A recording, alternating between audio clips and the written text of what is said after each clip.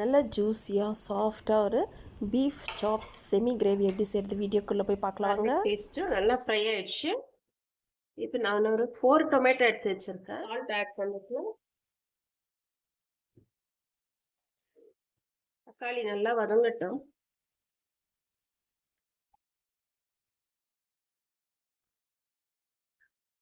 இப்போ நம்மளுக்கு beef cook ஆகணும். இது சாப்ஸு நல்லா ரொம்ப தின் ஸ்லைசஸாக இருக்கிறதுனால சீக்கிரமாக நம்மளுக்கு குக் ஆகிடும். பாருங்கள்,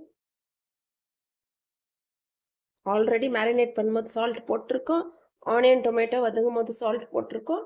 1 கிளாஸ் வாட்டர் ஊற்றிருக்கோம். இதிலே மூடி வைக்கலாம், நல்லா குக் ஆகட்டும்.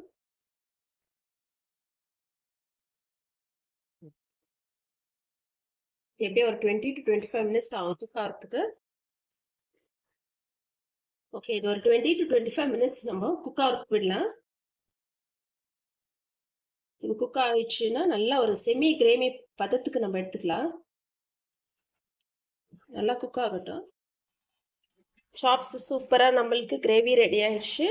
இங்கே பாருங்கள், சப்பாத்தி ரைஸு தோசை கூடலாம் சூப்பர் காம்பினேஷன், அல்டிமேட்டாக இருக்கும் இது. அவ்வளோதான் ஃப்ரெண்ட்ஸ். இதே மாதிரி சாப்ஸ் நீங்கள் ட்ரை பண்ணிவிட்டு எப்படி இருந்துச்சுன்னு கமெண்ட்ஸில் தெரியப்படுத்துங்க. இது வரைக்கும் ஸ்னேஹாஸ் குக்கிங் டைரி சப்ஸ்கிரைப் பண்ணலாம், சப்ஸ்கிரைப் பண்ணுங்கள் ஃப்ரெண்ட்ஸ். பெல் ஐக்கான் கிளிக் பண்ணிக்கோங்க. இன்றைக்கி சாப்ஸ் நான் ஒயிட் ரைஸோடு தான் சர்வ் பண்ணுறேன். இது சாப்ஸ் ரொம்பவே டெலிஷியஸாக இருக்குது. பருப்பு பீன்ஸ் போட்டு சாம்பார் செஞ்சேன். சாம்பார் வித் நம்ம செஞ்ச டெலிஷியஸான சாப்ஸ். இந்த சாப்ஸுடைய டீட்டெயில்டு லிங்க்கு நான் டைட்டில் பக்கத்தில் கொடுத்துருக்கேன் ஃப்ரெண்ட்ஸ். அதையும் வாட்ச் பண்ணுங்கள்.